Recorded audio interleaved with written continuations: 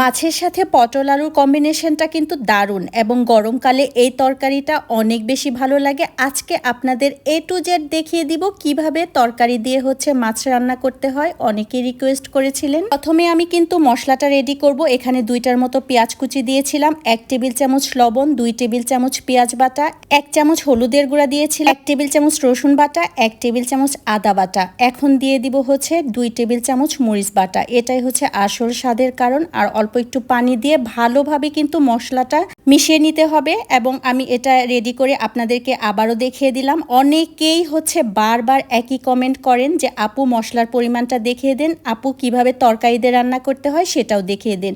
এই তো আমি পরিমাণ মতো তেল দিয়ে মশলাটা দিয়ে দিলাম। আজকে আপনাদেরকে আমি কিন্তু খুব সুন্দরভাবেই দেখিয়ে দিচ্ছি। আর এখানে কিন্তু মশলাটা দেওয়ার পর তেলটা যখন উপরে উঠেছিল এরপর কিন্তু আমি মাছটা দিয়ে দিলাম। মাছটা খুব ভালোভাবে কষাতে হবে।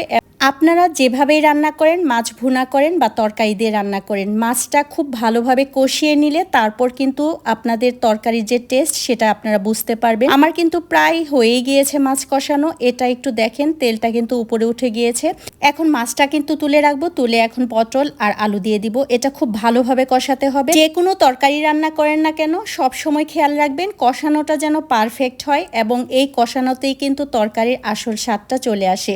আমি তরকারিটা খুব ভালোভাবে কষিয়ে তারপর এখানে গরম পানি অ্যাড করব, সেটাও আমি আপনাদেরকে দেখিয়ে দিব। আরেকটা ইনফরমেশন দিয়ে দেই, সব সময় গরম পানি দিবেন তরকারিতে, সেটা টেস্টটাও ভালো থাকবে, কালারটাও কিন্তু খুব ভালো আসবে।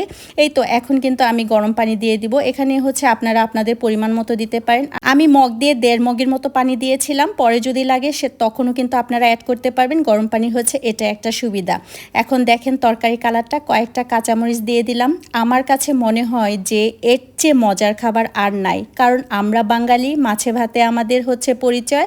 আর আমরা যখন মাছ ভাতটা খাই তখন তৃপ্তিটা কিন্তু এমনিতেই চলে আসে। আজকের তরকারিটা কিন্তু সেই রকম স্বাদের একটা তরকারি ছিল। এভাবেই কিন্তু বাসায় আপনারা কিন্তু যে কোনো সময় যে কোনোভাবে তরকারি রান্না করতে পারেন।